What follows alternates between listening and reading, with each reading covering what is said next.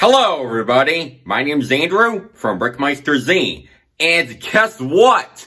The Lego Movie just turned 10 years old today, and heck, to celebrate the 10th anniversary of my favorite movie, why not take a look at some of the Lego Movie sets that I already have. In this video, I'm going to be reviewing the Lego Movie Super Cycle Chase set. This is set number 70808, and it retailed for $50 when it first came out 10 years ago, back in 2014. And I believe I got this set around Christmas of 2014, after when the movie came out in February. Let's take a look at this classic set. Starting with the minifigures, we have Emmett in his construction outfit. This design has the piece of resistance on his back, which is a red brick connected to this gray bracket piece. Because in the movie, Emmett had the Craggle/Crazy Glue cap when it had glue on the back of his torso. So kids, don't you dare try to glue any of your Lego pieces, otherwise they will get stuck permanently. And when you remove the piece of resistance, you can see his torso printing on the back.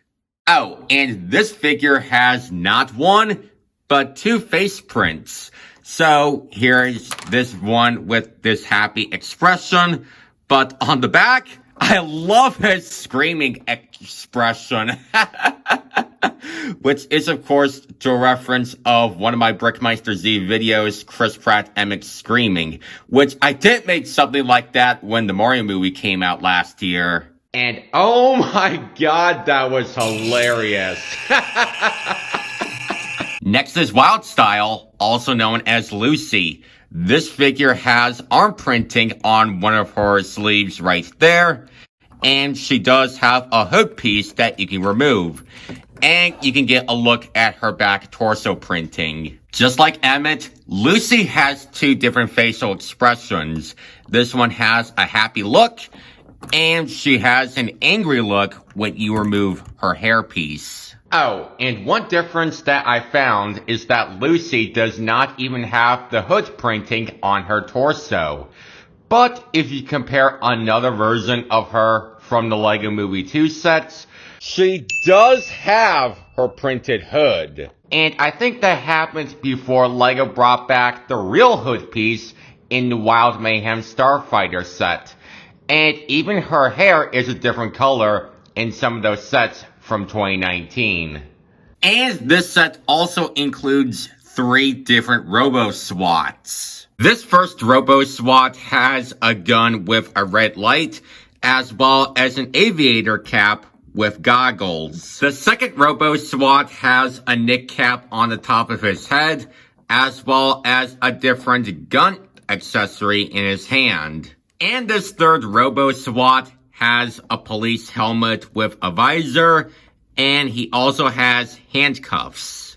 And 3 of those minifigures are wearing their police vests that actually cover their torsos. But when you remove their police vests, you can get a look at the printing around their torsos. Moving on to the builds, we have the Super Cycle to the right, one of the police cars to the left, and the spike strip in the middle. So let's take a look at the build of the Super Cycle first. This is a vehicle that Lucy built after when she rescued Emmett. And then they drove away in this through Bricksburg because they were chased by Bad Cop. The design of this has those front wheels which are made out of disc pieces, and the back wheel is connected with that gear and Technic treads. We do have the flames coming out of the tubes, which are actually connected with clip pieces. But what's interesting is that you can flip these around, and these are actually like cannons a little bit, even though that's kind of like how we saw in the monorail scene. But besides that, there are a lot of stickers all around the motorcycle. Rather read the word recycle, but without the letter E on the end. We also have the no entry label, as well as some danger signs, and there's cherry label. And there is a spot where you can put the minifigures in their seats. So you can put Emmett in the back and put Lucy up front when she is driving the supercycle. Next, we have a police car called the SWAT truck. And this design is actually kind of a spin-off to, Bad Cop's police car, right? There was a 2015 version of that police car that came out 1 year after this one.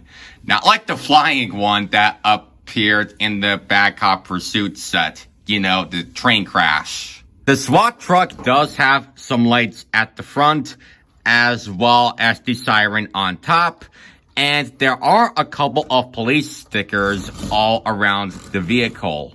The doors on either side will not open, but you can take off the roof so that you can place one of the robo-SWATs inside. And when you close up the roof, there we go. You can actually recreate a scene of how Emmett and Lucy were being chased by the police.